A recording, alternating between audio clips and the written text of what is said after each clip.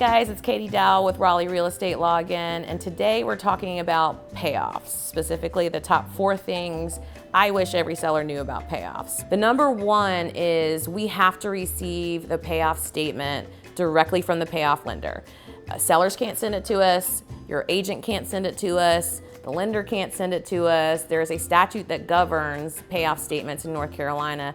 And per that statute, we actually have to order the payoff statement directly from your lender and receive that directly from your lender. So that seems to be a big source of confusion. It's not ideal. I know it seems easy. You can just screenshot your account and can't you just take our word for it? We can't. That is a rule with all law firms. So if you go into it knowing that, you'll be better off.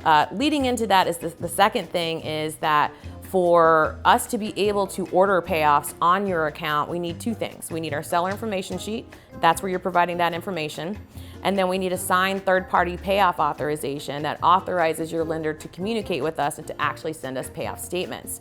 Both of those things are going to be sent to you at the beginning of a transaction. And when you get multiple emails from our office saying, where's our seller information sheet, where's your payoff authorization, the reason why it's so important to get that to us early is that some lenders can take, I've seen some take up to 2 weeks, depending on the type of lien we're getting a payoff on. It's very, very important to get that information to us quickly so that there's no closing delays. And unfortunately, we do need both of those in order to order the payoff statements. So first up, we got to get it from your lender directly. We can't get it from somebody else.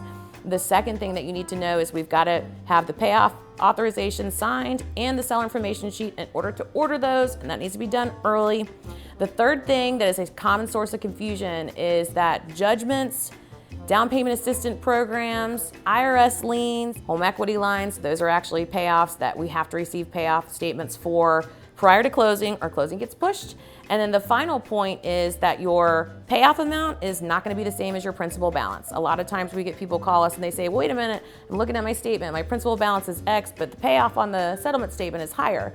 That's always going to be the case. We're always going to collect a couple additional days worth of what's called per diem interest. So it's always going to be higher than your principal balance, but you're also always going to get refunded the difference from your lender after a payoff has been applied. So don't worry about the excess. It will come back to you eventually, usually within 30 days of closing. So to recap, with payoffs, there's 4 things that I want all sellers to know. And the first one is that we have to receive your payoff statement from your lender directly. Get us the information that we request early, because sometimes payoffs can take a long time to get ordered and received, and we don't want to delay closing. The third is that judgments, home equity lines, down payment assistance programs, those are technically payoffs. They need to have a payoff statement and pay it off out of closing.